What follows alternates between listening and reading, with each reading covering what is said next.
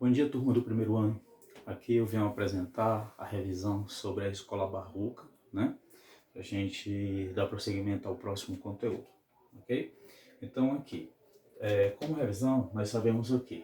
Que o barroco no Brasil, dentro de suas características e tudo, teve início no século XVII, 1601 a 1700, onde o ser humano vive em conflito, atormentado por suas dúvidas existenciais entre a postura racional e humanista e as sombras geradas pelo sentimento religioso de culpa.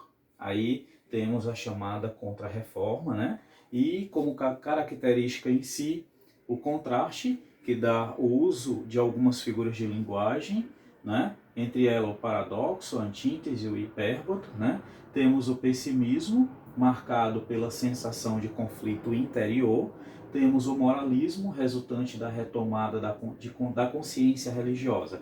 Em relação a esses contrastes, se trabalha o quê? A oposição. Oposição de palavras, oposição de ideias, que nós damos o nome de cultismo e conceptismo, certo?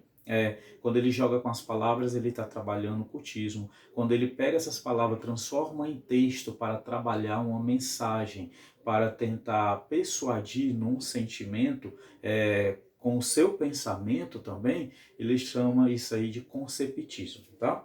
E a questão do pessimismo era porque pessoas naquela época, muitos não tinham condições, tinha a chamada Santa Inquisição, a venda de indulgência, e muitas pessoas não tinham condições e ficavam atormentadas para saber o que ia acontecer consigo depois de uma passagem dessa vida para outra, porque não tinha como comprar o terreno no céu, como a igreja assim queria, e outros ficavam atormentados porque não suportava todos os dogmas que a igreja falava e acabava entrando na concepção de outras religiões, né? E quem fugia à igreja católica era considerado um herege, ia acabar naquela sensação de que estava indo contra a igreja, ia ser punido. Então entrava num conflito existencial, tá?